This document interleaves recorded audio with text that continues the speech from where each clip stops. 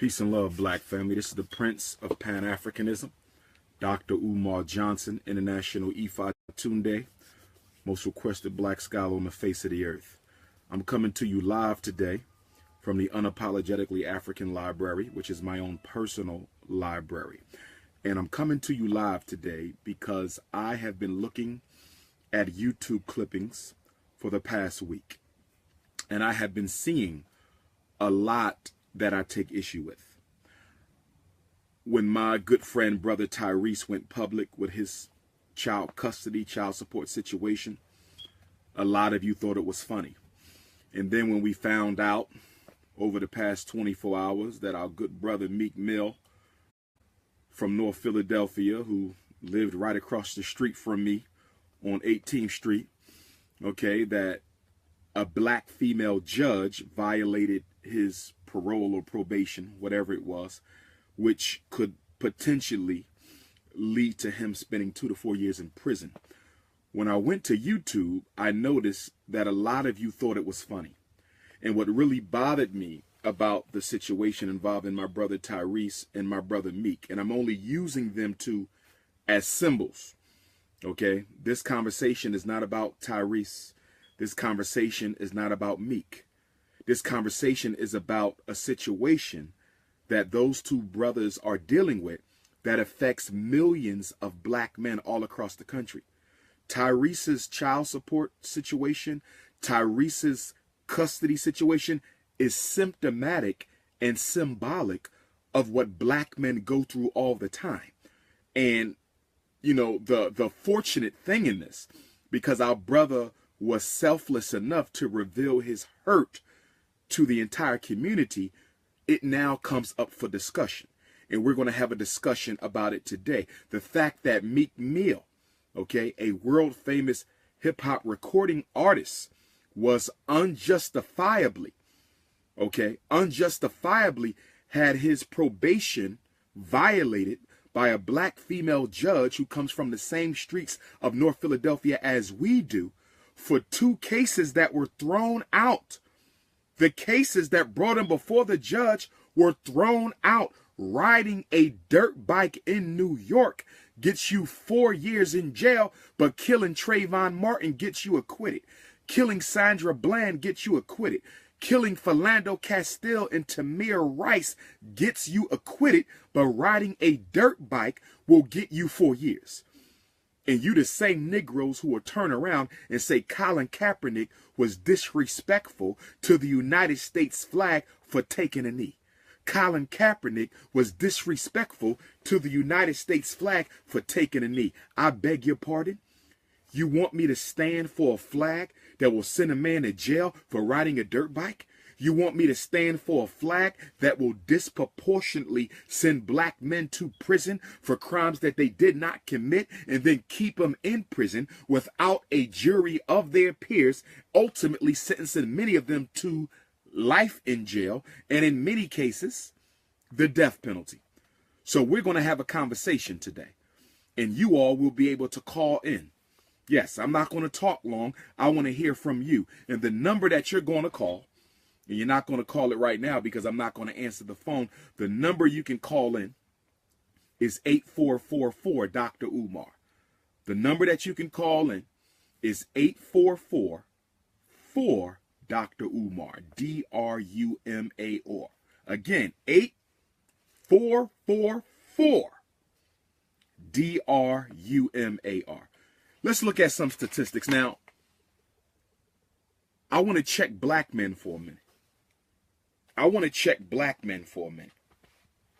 I think it is very disgusting, very trifling, and very cowardly for black men to make videos on YouTube making fun of our brothers.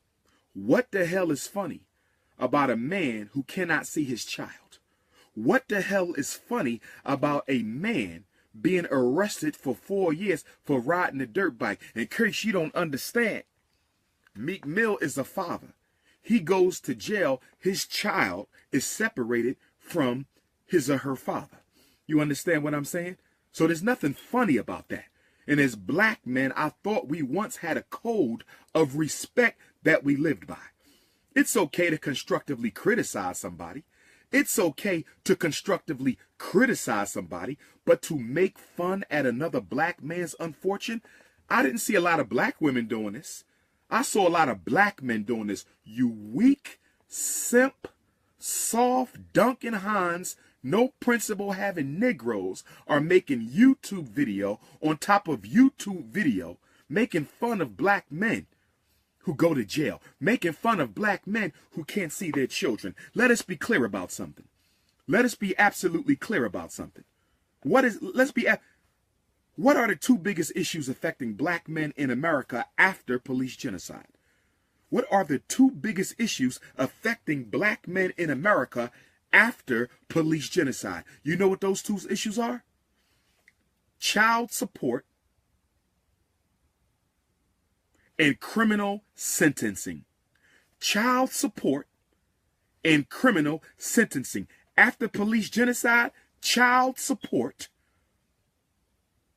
and custody, I'll put them together, child support and custody and criminal sentencing and probation.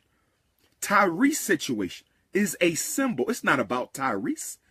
It's not about Tyrese. It's about what Tyrese situation symbolizes. The millions of black men who are being forced to pay high amounts of child support or amounts of child support that they cannot afford to pay. And then at the same time, not being allowed to see their children. And then at the same time, not being allowed to see their children. The game has changed. The game has changed. For those of you who are in the child support game, you know that approximately 10 to 15 years ago, many states rewrote the child support law and they separated custody from child support. For those brothers who pay child support, you know what I'm talking about. In the 80s, if a woman didn't let you see your child, she didn't get no money. If a woman didn't let you see your child, she didn't get no money. So guess what they did in the 90s with the Bill Clinton crime bill? Although this was not officially a part of the crime bill, unofficially it was. I'm going to say it again. Although child support was not officially a part of the 1994 Bill Clinton crime bill, unofficially it was. These things didn't happen together by coincidence.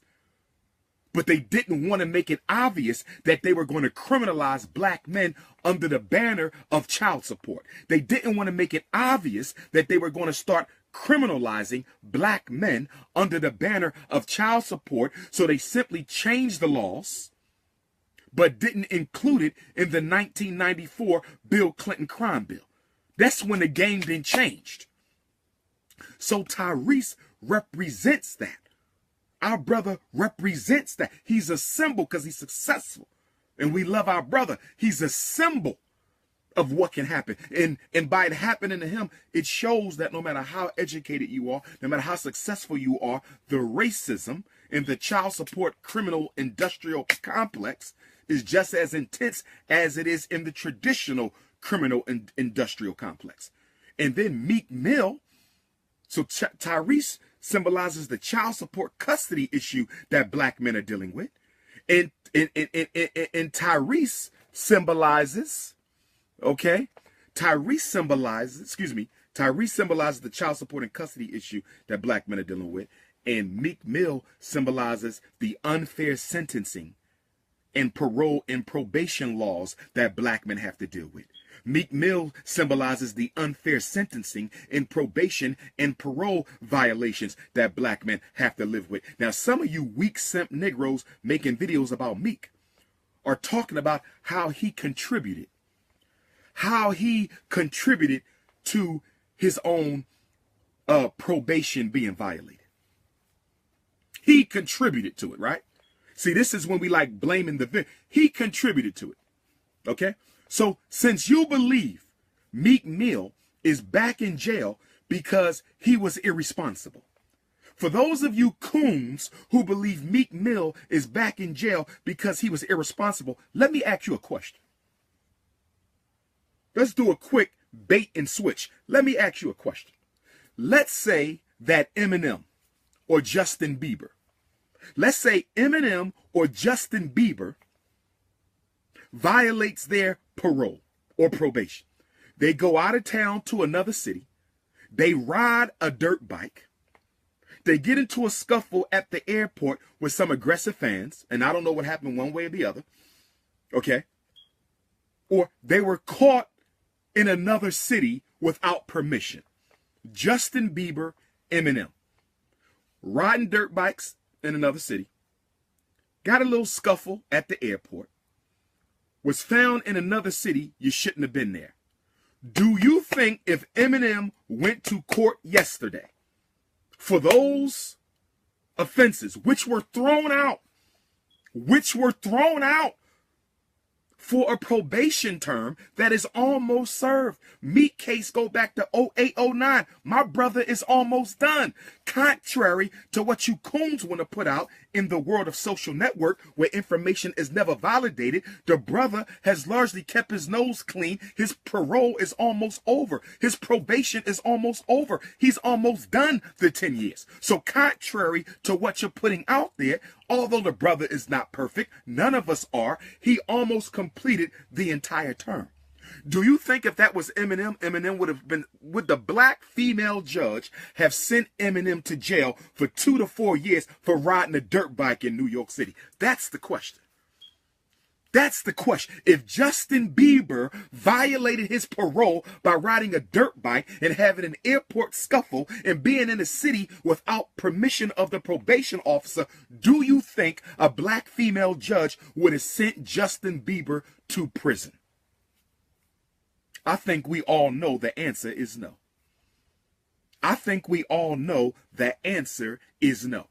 So if you can say systematically that a white rapper would have been treated differently, then you are also admitting that Meek Mill did not play a part in this, and what really played a part in this was systematic inequity, systematic bias, systematic racism, and systematic discrimination against all black people, and particularly black males.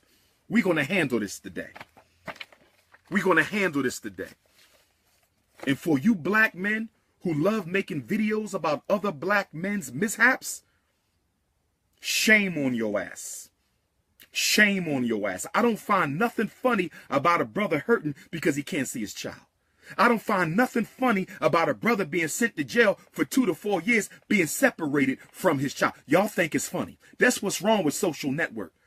Because too many coons who don't have anything of substance to live for and nothing constructive to do will sit on the internet and Facebook and Twitter and all these other platforms all day long and do nothing but attempt to destroy the work of other people. I'm going to let y'all call in a minute. And the number to call in is 8444 Dr. Umar. 8444 Dr. Umar. Let me get my juice. Okay? Okay? So I want Tyrese to know he did nothing wrong. But he did do something that is going to help because it's going to force the conversation. Now, here's my wish for Tyrese and Meek Mill. Here's my wish. Because of the platform that they have, I'm hoping that Tyrese turns his situation into a crusade that other black men struggling from the same set of circumstances can rally behind and fight for a change. So I'm asking Tyrese that once his situation is resolved, and I know it will be, he will be blessed. He's a good brother. I know it will be. I'm hoping that he will turn this into a crusade about the unfair and unjust child custody and support laws that are out on the books. And I'm hoping Meek Mill, once justice is served, and we will pray that it will be, okay, that he turns this into a crusade to fight against the unjust and disproportionate criminal sentencing laws that are sending so many black men to jail, sending them back to jail, and keeping them there. That's what I'm hoping. That's what I'm hoping. Let's look at the statistics. Let's provide a little bit of a context for this. According to the United States government, they are owed $115 billion in child support.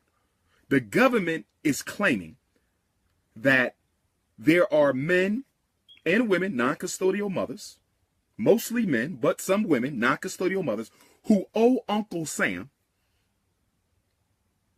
$115 billion in child support. This is what the government claims. Now check this out. The government says we are owed $115 billion in child support. But they are owed this $115 billion in child support by men who earn less than $10,000 a year. Did y'all hear what I just said? The average man the average brother in child support earns less than $10,000 a year. What in the hell is a black man with a felony who can't find a job even though he wants one? What in the hell is a black man with a felony trying to find a job but can't find one? What is he in child support court for? And for my beautiful black sisters, the reason I subtitled today's conversation, because it's going to be a conversation, but the reason I subtitled today's conversation are black women, white supremacy's secret weapon against black men. Are black women white supremacy's secret weapon against black men? Are black women white supremacy's secret weapon against black men? And I know this ain't all sisters. Most of my sisters are decent sisters. I love all y'all. But when we look at these symbolic cases of Reese and Meek, in Reese's case, it's a black mother keeping him from his child. In Meek Mill's case, a black female judge violated him back to jail. So we have to talk about this. We're not saying all black women, but we got to talk about this. Because increasingly, when I visit America's university campuses to speak to our youth, and I'll be speaking at 2 campuses next week, increasingly, black men are afraid to trust sisters because the white man has empowered them to crush the lives and careers of black males if they so choose. It ain't all black women. Just like all black men ain't bad. But we got to have the conversation. We got to have the conversation because there's so many black men out here and the population is growing, and I don't agree with them at all. Because you know my position.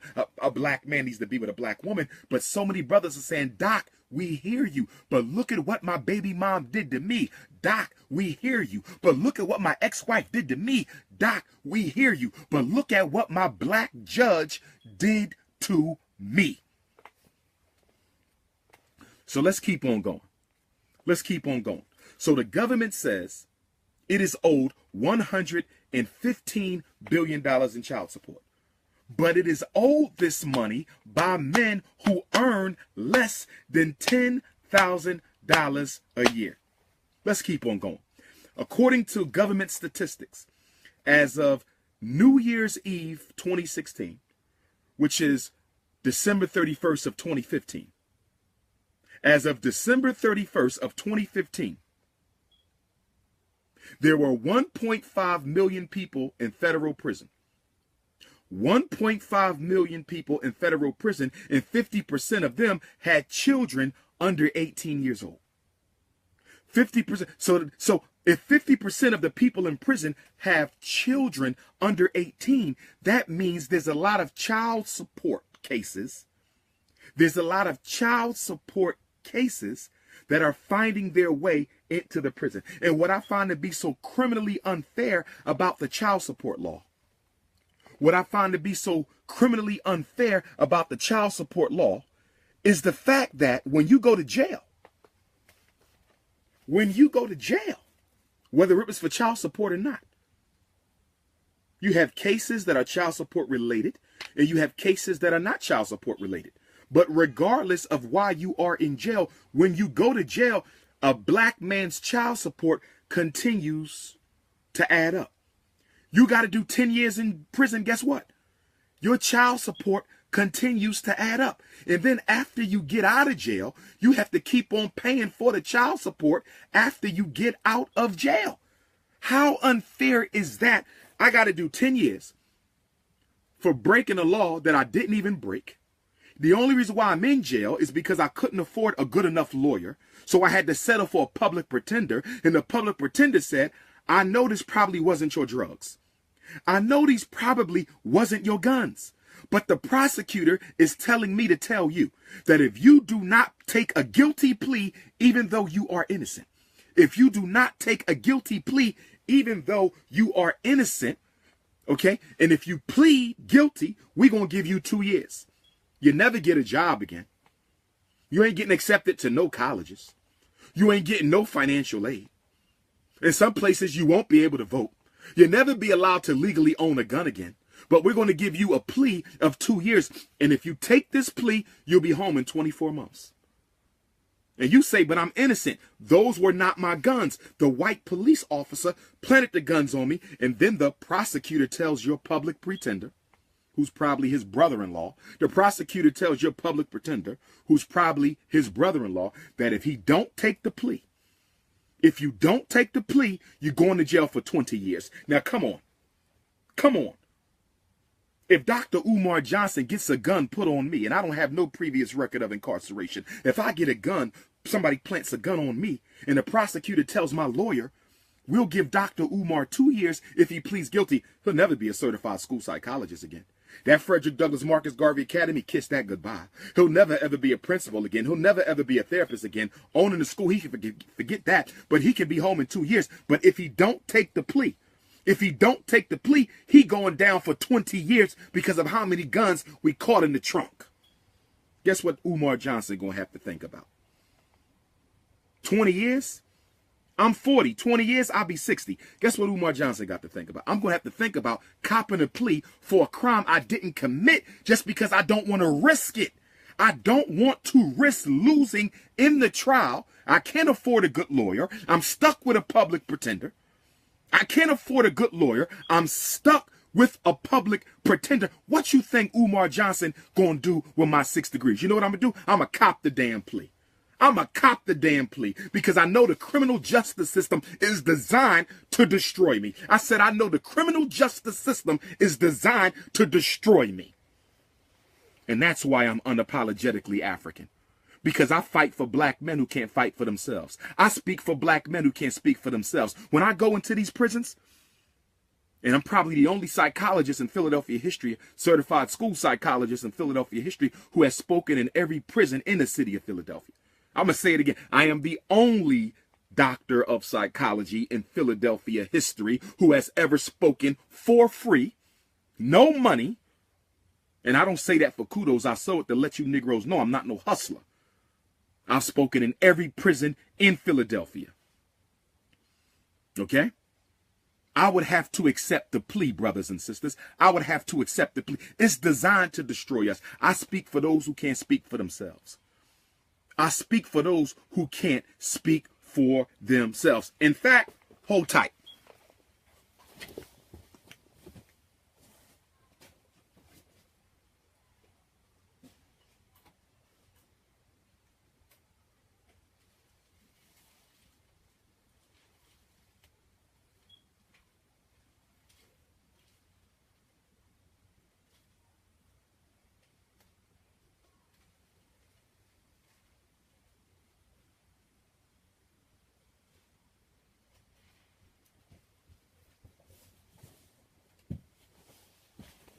And see, I got a whole bunch of these prison mail, brothers and sisters locked up behind bars who write to me on a regular basis. And I want to apologize to them brothers and sisters behind bars because Dr. Umar Johnson is so busy keeping our kids from going into jail.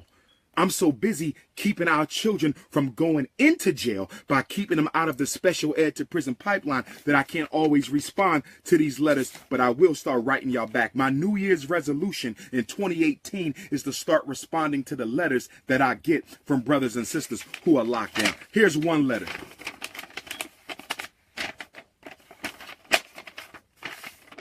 Okay? Dr. Umar. And this is coming from a brother who's locked down in Lincoln, Nebraska.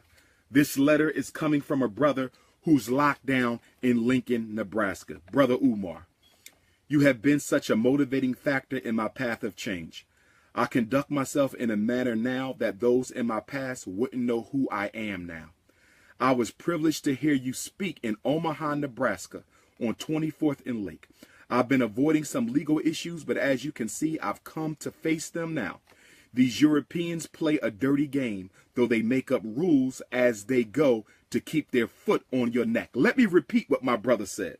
Shout out to Omaha, Nebraska, hometown of Malcolm X. I will see you in Black History Month. Shout out to Omaha, Nebraska, hometown of Malcolm X. God willing, the Prince will see you in Black History Month.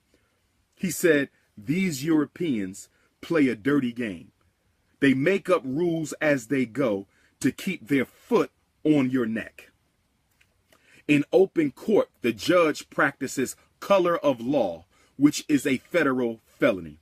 I'm not used to maintaining my composure when things don't go in my favor, but I'm doing it, Dr. Umar.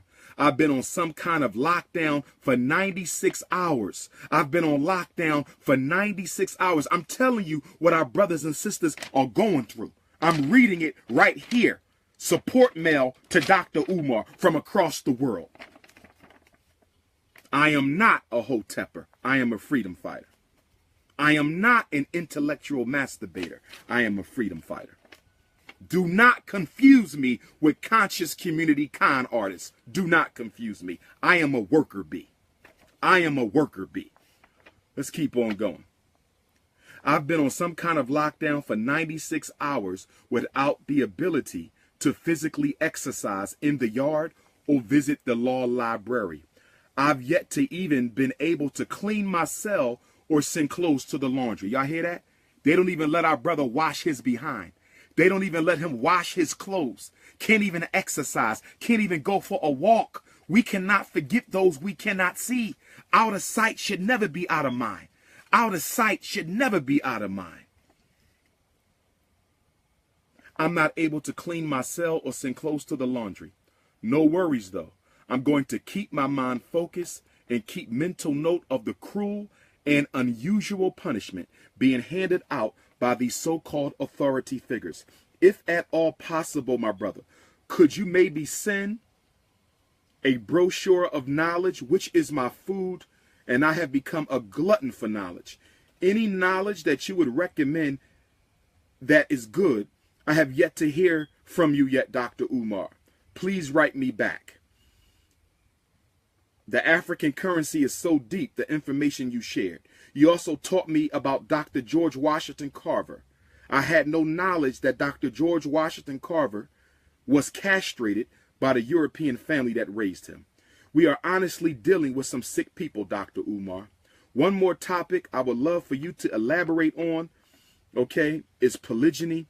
1 in 13 ratio, 1 out of every 3 black males is guaranteed to be in a jail or prison in their life with a 94% recidivism rate. 94% recidivism rate. Most of us who go to jail will go back to jail. Most of us who go to jail will go back to jail. Most of us who go to jail will go back to jail because the system is not colorblind. The system is not colorblind. The system is designed to destroy you. I think we need to save and protect our race by dating our own. I think we need to save and protect our race by dating our own. Can't wait to get a response from your direction. A revolution in my life. This is real. I'm not going to call the brother's name. That's confidential. I got boxes of these. I got boxes of these. So I'm going to have to start writing the brothers and sisters back who are behind bars.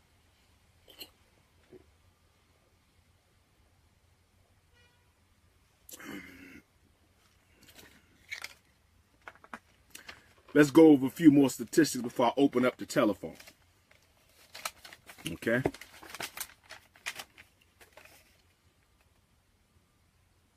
Criminal contempt for failure to pay child support. Criminal contempt for failure to pay child support.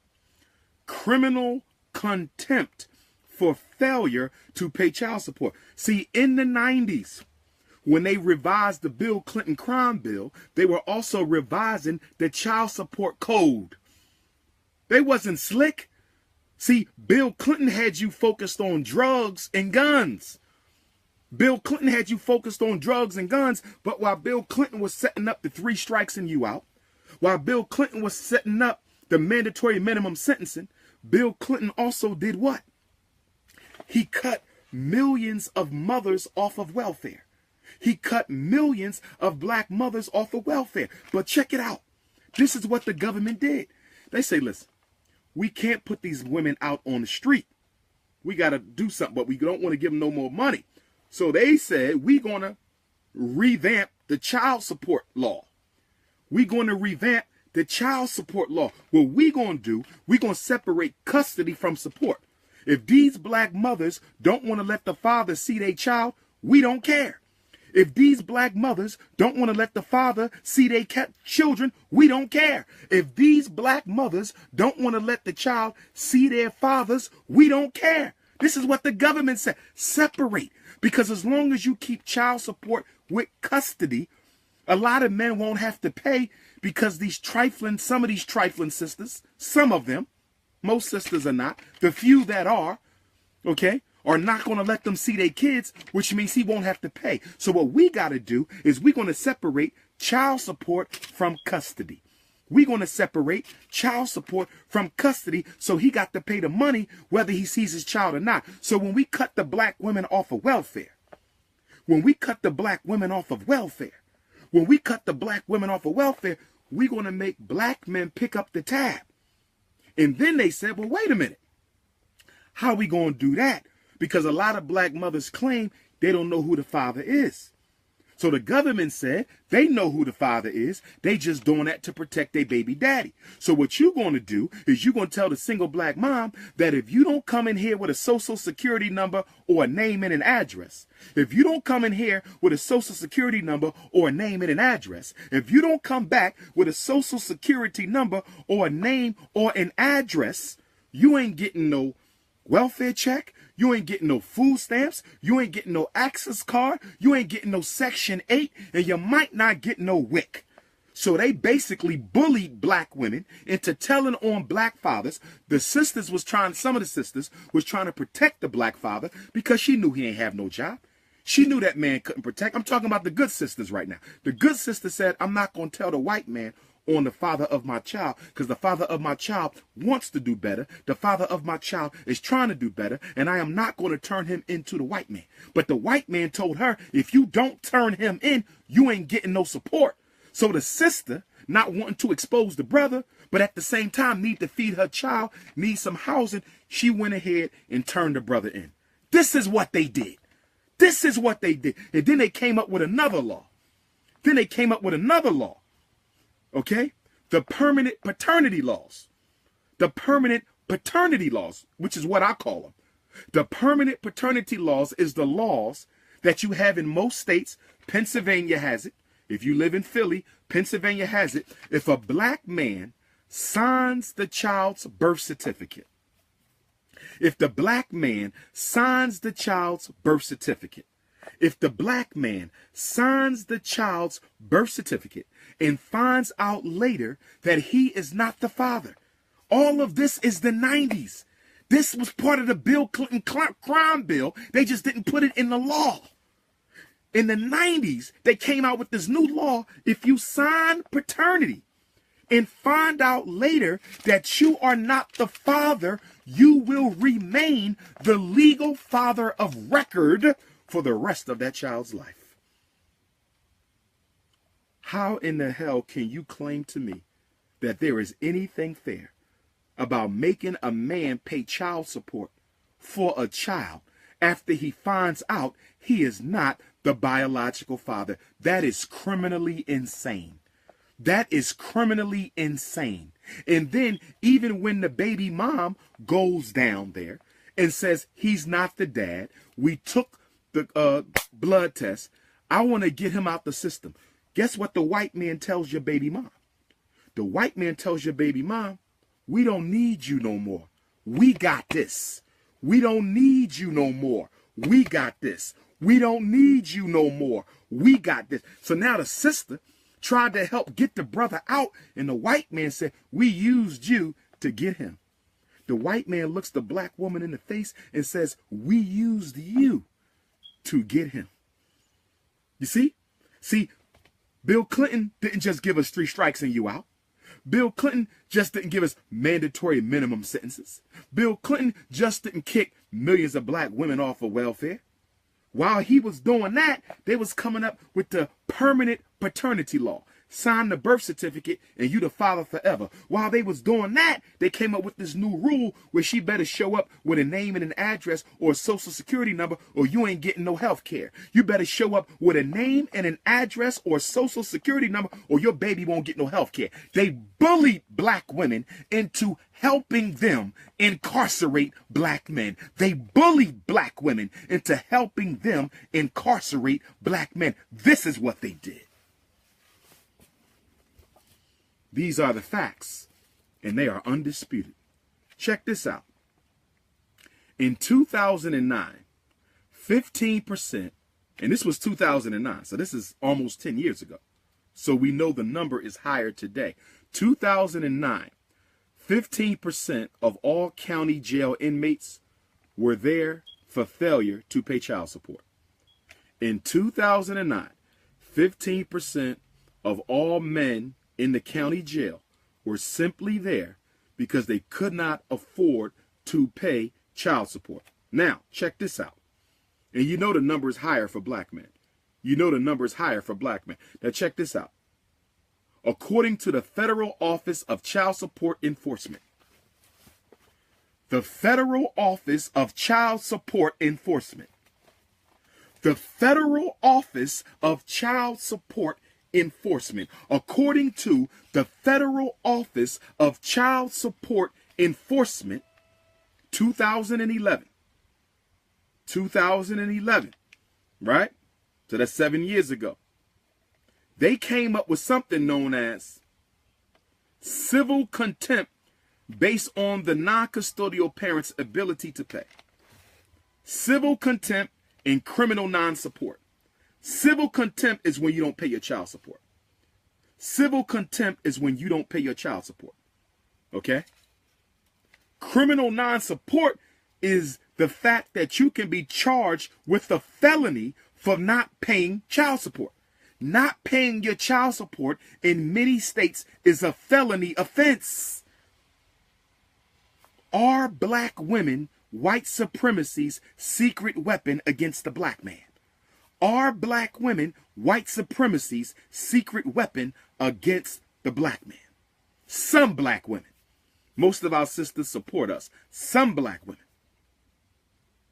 See, I want to hear from y'all in a little bit because I want to know who is responsible when a child is born to a black man who doesn't have the ability to pay. Who's responsible for that? Is the brother responsible because you shouldn't have made a baby you can't take care of? Or is the sister responsible because why are you making babies with a man who cannot pay? Are they both responsible, which is true, I would say they're both responsible, but that still doesn't put food in the baby's mouth. That still don't put a roof over the baby's head. If we don't want black men in child support, what is the black community going to do to pick up the slack? Because, see, we want to keep talking about black men, but we don't want to talk about the black church. We keep talking about black men, but we don't want to talk about the black church. We keep talking about black men, but we don't want to talk about the black church that got all this money and don't put no black men to work. The black church got all this money and don't want to put no black men to work. The black church can solve this whole problem if they would start caring about the family instead of caring about their bank accounts. I said the black church could help us solve this problem if they would start caring about the black family instead of caring about their bank accounts. The Federal Office of Child Support Enforcement. Let's keep on going.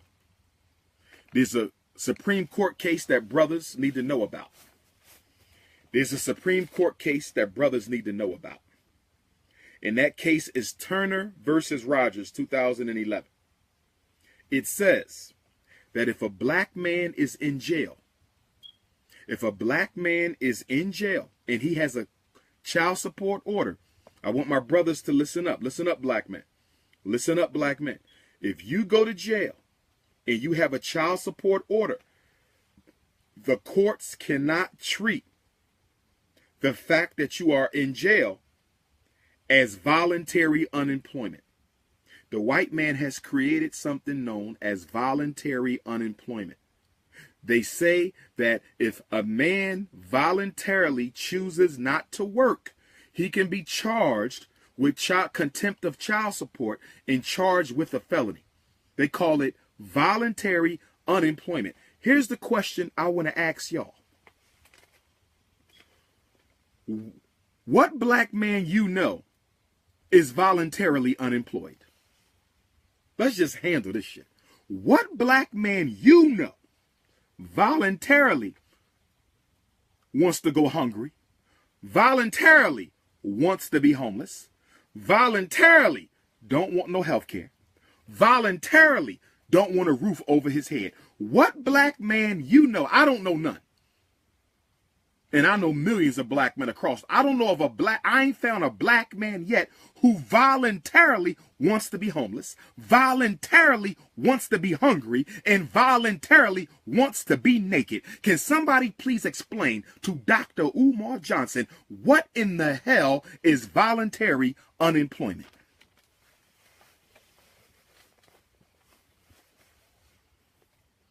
What in the hell is voluntary unemployment? See, these words, they love making up words.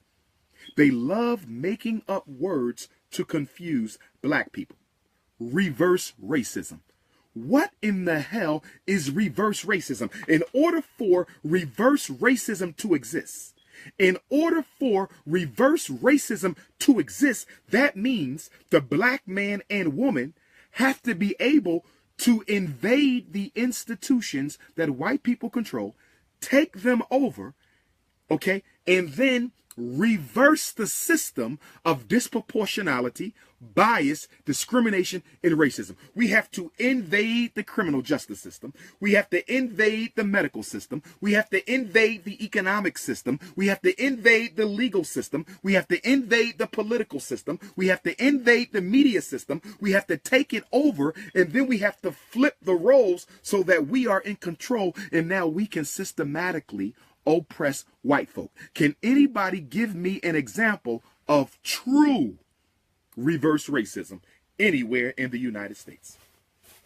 Can anybody give me an example of true reverse racism?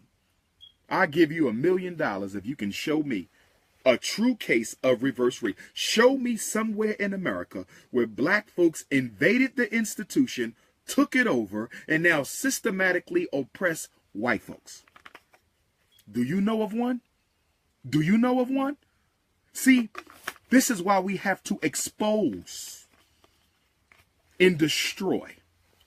We have to expose and destroy false concepts that are put forth into the universe by white supremacy that try to make the victims of the system look like the perpetrators of the system. We have to expose and destroy. Now, let's keep on going. So, brothers, remember that. According to the Supreme Court case, Turner versus Rogers 2011, they cannot treat an incarcerated black man as a case of voluntary unemployment. While you are in jail, black man, you need to know this. While you are in jail, black man. Make sure your lawyer, your public pretender, has your child support case modified. You have a right to have your child support modified while you are in prison. It must drop. It must drop to almost next to nothing because you are incarcerated without the ability to pay. You don't even make minimum wage in prison because a prisoner is the slave of the state by definition. The prisoner is the slave of the state by definition. So make sure your lawyer or your public pretender gets your child support case modified. Too often when brothers go to jail, we focus on getting out of jail. And you should. We focus on getting out of jail, and you should, but you also need to focus on your child support case. Don't keep letting that child support run. You're going to be down for 5 years. You're going to be down for 10 years. You're going to be down for 15 years. You don't want to come back and owe $250,000 that you cannot pay off. Make sure you get your child support case modified while you are in custody. Facts. Facts. Facts. Let's keep on going. Failure to pay child support cannot be charged if it can be proven that the father cannot pay. Did y'all hear that, brothers? This is the Supreme Court case. Look it up. Turner versus Rogers 2011. The United States Supreme Court say you cannot charge him with criminal contempt of child support if he cannot pay. So, brothers, we got to organize. This is why I'm hoping Tyrese gets behind this. He don't have a problem paying his child support. I want to be clear about that. But I want him to get behind this for the brothers who are not as blessed as he. Because the Supreme Court has already said that if a man can't pay, he cannot be charged with criminal contempt. So if a man cannot be charged with criminal contempt for failure to pay, why are so many black men going to jail for failure to pay when they can't? When the Supreme Court overturned that 7 years ago, we must fight for the law. We must fight to use the law to protect us.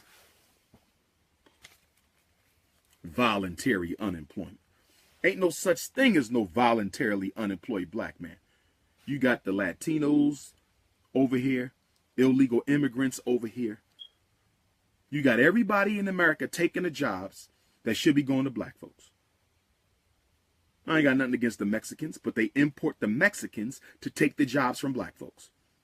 Y'all do this on purpose. Y'all cloud the economic reality with aliens and immigrants. Y'all cloud the economic reality with aliens and immigrants to prevent black men from getting gainful employment. Not employment, gainfully employed. Gainfully employed means the fact that you have a job, you can gain some food, you can gain a home, you can gain some clothing, you can gain control over your child support. We need black men to be gainfully employed, but you don't want to gainfully employ us, so you bring in low-wage earning immigrants. You bring in low-wage earning immigrants. You bring in low-wage earning immigrants to make sure that black men can't even make a penny an hour. Y'all talk about stand for the pledge. Stand for the national anthem. You Negroes done lost your mind. You Negroes done lost your mind. Only 46% of incarcerated parents have a high school diploma. Only 46% of incarcerated parents have a high school diploma. The child support enforcement system increased the number of black mothers who receive child support. Listen to this statistic. I want to show you how the Bill Clinton crime bill used child support to help swell up the jails. Check this out. From 1990 to 2002. From 1990 to 2002, 12 years. Stay with me. From 1990 to 2002, the number of black mothers receiving child support went from 30% to 50%.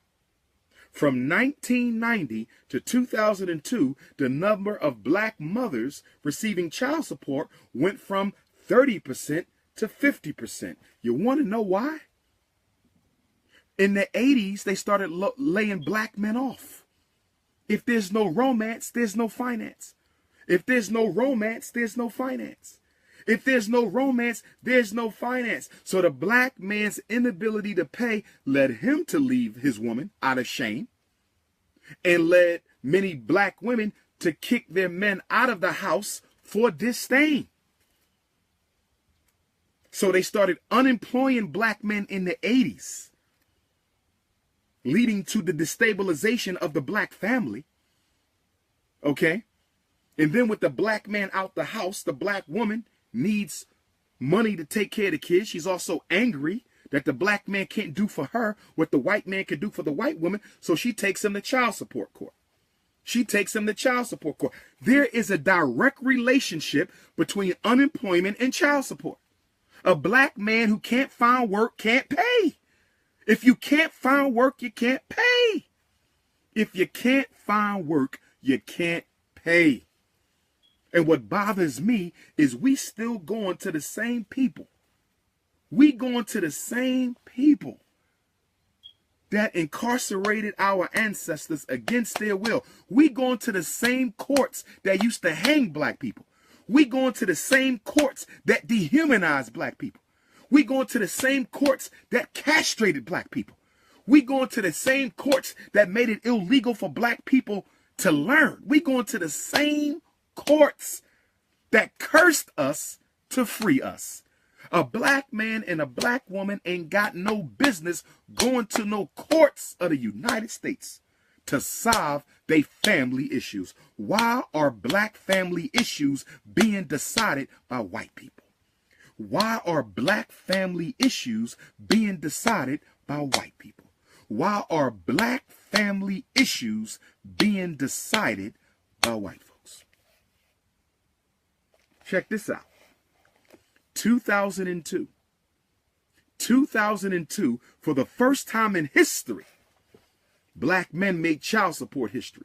2002. The year was 2002. For the first time in 2002, the number of black mothers receiving child support outnumbered the amount of black mothers who did not receive child support. Let me say it again. Let me say it again. In 2002, the number of black mothers receiving child support for the first time outnumbered the number of black mothers who did not receive it. We already know why.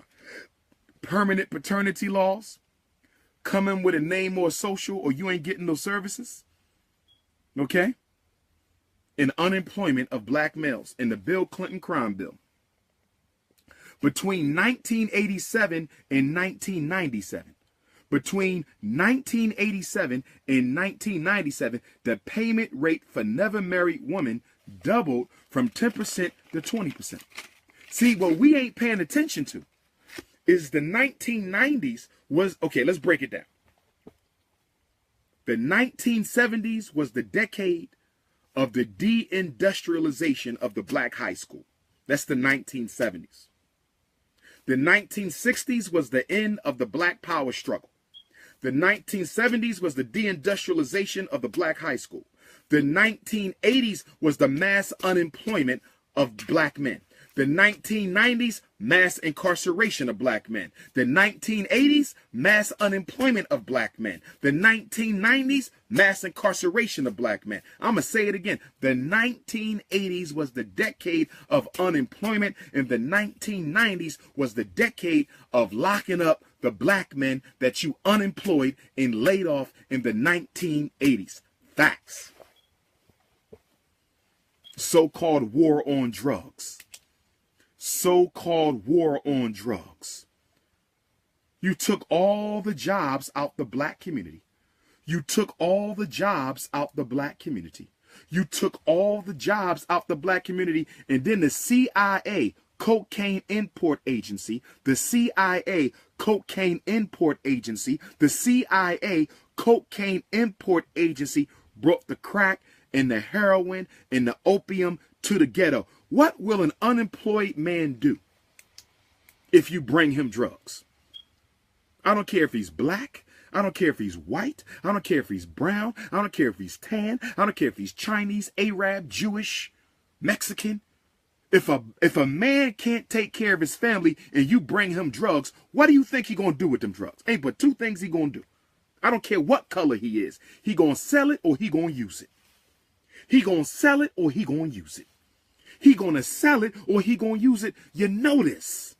And see what is so trifling about racism is racism creates problems for black men and then turns around and say these problems exist because of the black man's genetic deficiency in potentialities. In other words, we're going to make black people poor, but we're going to say they're poor because they black. We're going to make black people homeless, but we're going to say they're homeless because they black. We're going to miseducate black people's kids, and we're going to say that they can't read because they're black. So what racism does is it creates the circumstances. Racism creates the circumstances that gives rise to a particular set of conditions and then blames the DNA of the victim for the conditions created by the system. I said racism creates a certain set of circumstances that give rise to a certain set of conditions, and then they will blame the DNA of the black man for conditions that grew out of circumstances that the system created. And this is why I don't like ignorant black people speaking for the rest of us. This is why I don't like ignorant black people speaking for the rest of us. This is why I don't like ignorant black people speaking for the rest of us. You got to know what you talking about.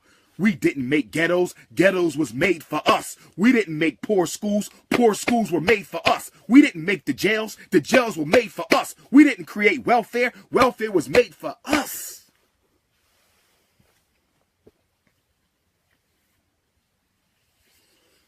Let me calm down. I'm getting hype up in here, catching that African Holy Ghost.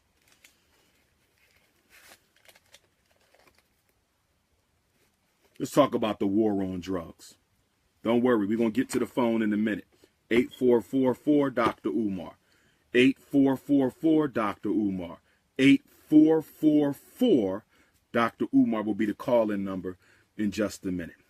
I'm not going to use the Black Parent Teleconference number because all y'all going to be on there yelling and screaming. Ain't nobody going to be able to talk. So this way, when you call that number, I can hang you up when you get out of hand. I can let you know when your time is up.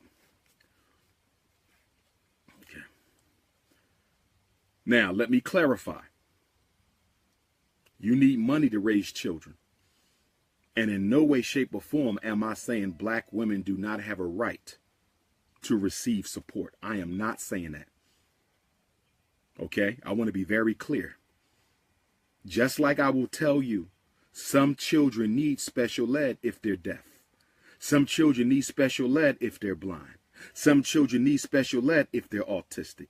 Some children need special ed if they have a speech and language impairment. Some children need special ed if they're truly intellectually disabled. I'm not talking about them. I'm talking about who? So-called ADHD, so-called conduct disorder, so-called emotional disturbance, so-called mild mental retardation, so-called reading disability, so-called math disability. And when I talk about child support to my beautiful black sisters, and when I talk about child support to my beautiful black sisters, I'm not saying y'all don't have a right to receive support. I'm not saying you don't have a right to ask the courts if the man won't help you out. I'm saying that it is disingenuous. It is disingenuous for a black woman to have a baby by a black man who you know can't provide for the child and then take that man to court knowing he will be charged with felony criminal contempt and sent back to jail. I'm saying that it is unfair for you to have a baby by a man who you knew could not pay. You knew his situation when you got pregnant, and then you take him to child support. He gets charged with criminal contempt and you bust him back to jail. I'm saying that's not fair. If that's not you, I'm not talking about you. If you a decent sister, and most of you are, and you asking the father to help you out, and he just trifling, and he has money to help you out, and he doesn't want to, assuming you ain't keeping him from his children, because I'm going to be honest with you, you don't let a man see his kids, I don't feel he's obligated to pay child support. I'm going to say it again. You can quote me, please. If you deny a man his children, if you woman enough to keep him from his children, If you are woman enough to keep a man from his children, then be woman enough to raise him without his money. But don't demand money and then not let a man see his children. That is trifling. That is trifling. I'm going to keep it gangster today. I'm riding for my incarcerated brothers locked down. I'm riding for my incarcerated sisters locked down. I'm riding for the juveniles locked down. We didn't ask to be here. I don't give a damn what excuses y'all making. I said we didn't ask to be here. We shouldn't even be having no conversation about no U.S. criminal justice system. I don't respect no law that I did not have a hand in making. I don't respect no law that I did not have a hand in making.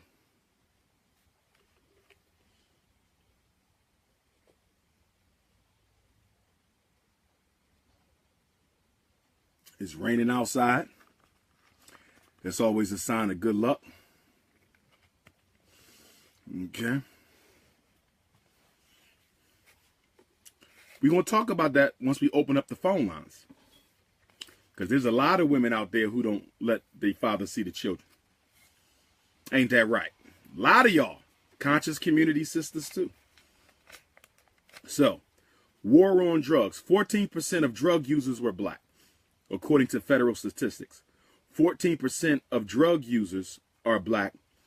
37% of the people arrested for drug use are black.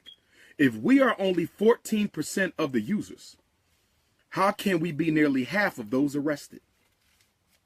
Crime is painted with a black brush, and innocence is painted with a white brush. Crime is painted with a black brush, and innocence is painted with a white brush. Sister Keisha said child support and custody, two different issues. Not to me, Sister Keisha. It ain't different. If you got a right to receive money, a man got a right to receive his child. If you got a right to receive money, a man got a right to receive his child. See, we got to ask ourselves, are we going to act like black people or are we going to act like white folks? Because I believe in justice. What do you believe in? I believe in justice. I believe if you want a man to pay for his kids, he should have a right to see his baby. That's justice. Justice is balance. Justice is fair. I want justice. I don't want the woman getting over on the man. I don't want the man getting over on the woman. Why can't we have justice? What's with this lopsided, one side, win all or lose all? Where do we get this from? That's not us. Where do we get this lopsided thing where the man should dominate the woman should dominate? No. How about justice? You know why we don't talk about justice?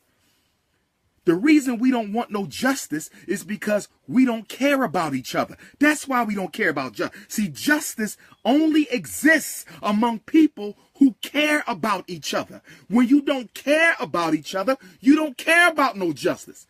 You want to take his money, not let him see his children. Fellas want to see the kids, don't want to pay child support. How about he pays child support and he see his kids? Justice.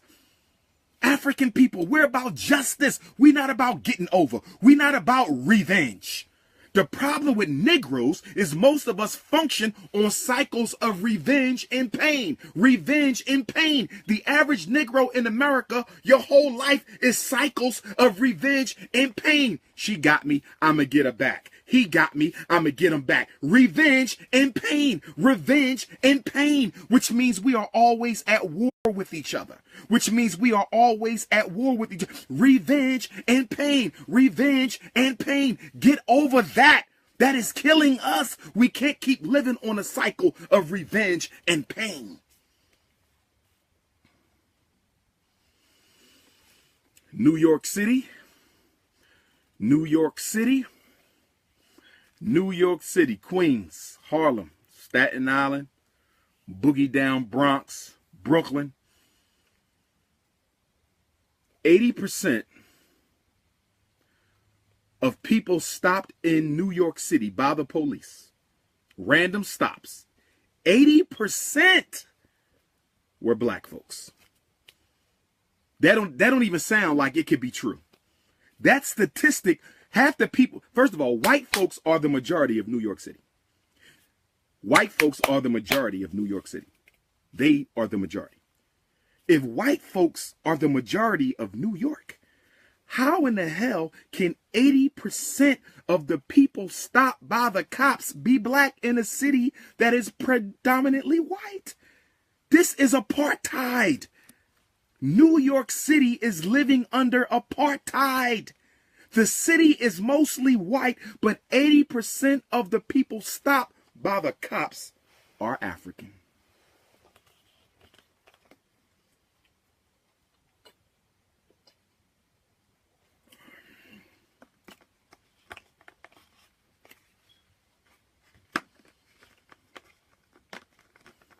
Check this out. New York City. I didn't know it was this bad, New York. But I will be in Queens December 3rd. Get your tickets. The Prince of Pan-Africanism will be in Queens December 3rd. Sunday, December 3rd. The Prince of Pan-Africanism will be in Queens. Pre-Kwanzaa Power Lecture. And we're going to talk about this. We're going to talk about this. I'm going to go into child support, custody, criminal incarceration, and plea bargain. Child support, custody, criminal incarceration, and plea bargain. Okay.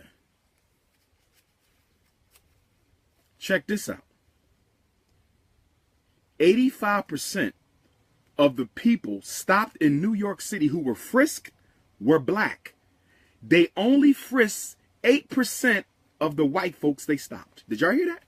Only 8% of the white folks stopped in New York by the cops were frisked. 8. But 85% of the black folks stopped in New York City were frisked by the cops. New York City is under apartheid. New York City is under apartheid. And I'm going to challenge the New York City black conscious community to stop its intellectual masturbation and start doing something about the real life issues affecting. Let me say this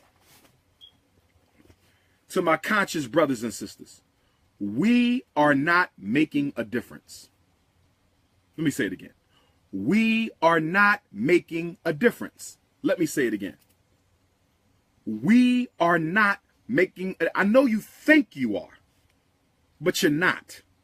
You're giving people information, knowledge, details, history, but until you organize and build institutions, until you organize and build institutions, until you organize and build institutions, I don't care how much lectures you do, how many documentaries you do, how many radio shows you do, how many Kwanzaa events you do, how many summer shea butter festivals you do, until you begin to organize and build institutions, you are not relevant to black people.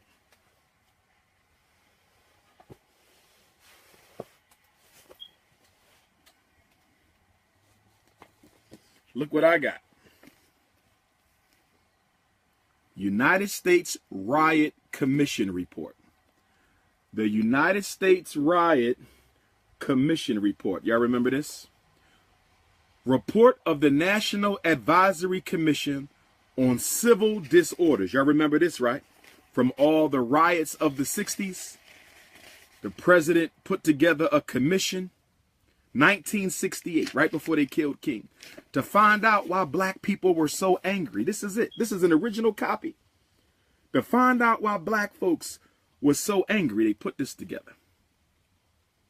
On July 29th, 1967, President Lyndon Baines Johnson appointed a special commission of distinguished Americans under Governor Otto Kenner of Illinois to search for the roots of the rising militancy in our country.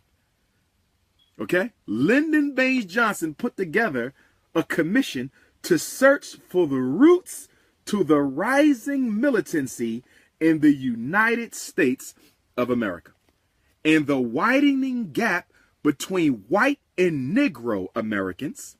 After 7 months of investigation, it took them 7 months to find out what we already know. And this is the result of that investigation. Let's look inside. Let's look inside. patterns of disorder. They got Tampa, Florida, Cincinnati, Ohio, Atlanta, Georgia, Newark, New Jersey, Northern New Jersey, Plainfield, New Jersey, New Brunswick, New Jersey. They got a lot of New Jersey in here. New Jersey must have been popping back in the 60s. Shout out to my Jersey family. Y'all must have been popping back in the 60s. And then they have Detroit. But I want to see, okay, what can be done? 288. Let's see what they said can be done. What can be done?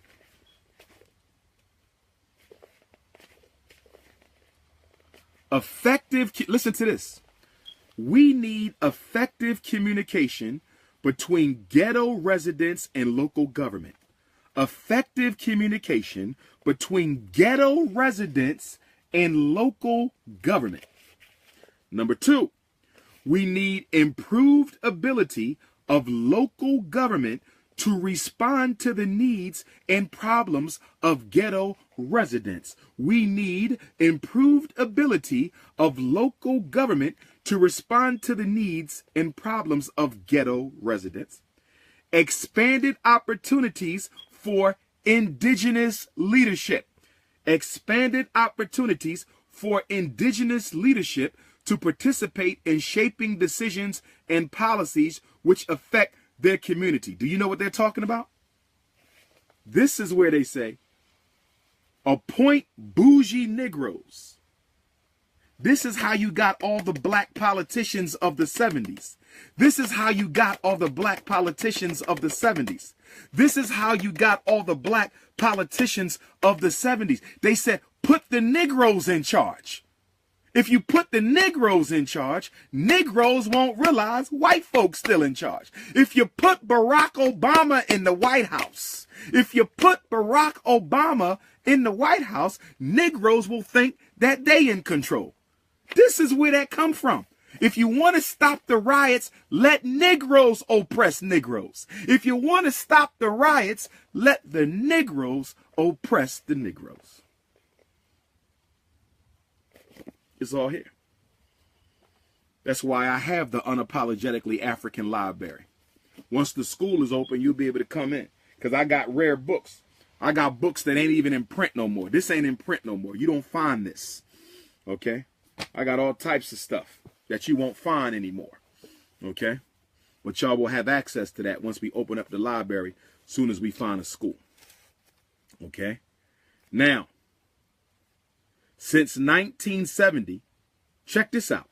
Since 1970, this is government statistic. Since 1970, the number of drug arrests went from 320,000 to 1.6 million today.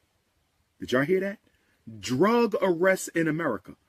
Drug arrests in America went from 320,000 in 1970 to 1.6 million today. How do you go from 320,000 drug arrests in 1970 to almost 2 million today? They deliberately targeted black men for unemployment, drug abuse and sales, mass incarceration as a pretext to extermination.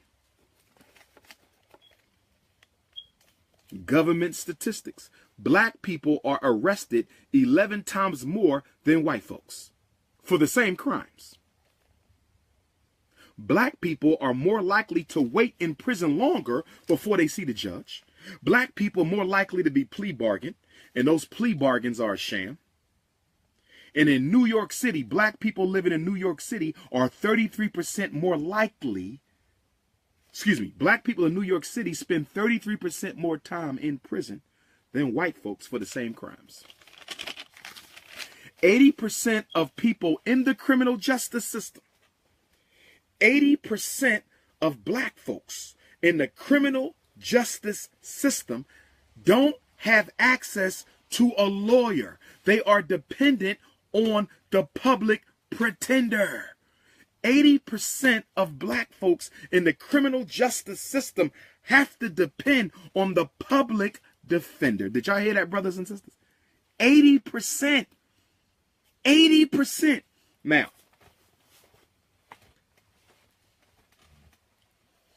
With that being said, I want to talk about the gangster rappers. I want to talk about the gangster rappers for a minute. All you cooning ass rappers who go around teaching our kids that selling drugs is cool. Using drugs is cool. Killing other black men is cool. This is what you sell to our children in your white-owned music. I think that the gangster rappers should be required by the black community.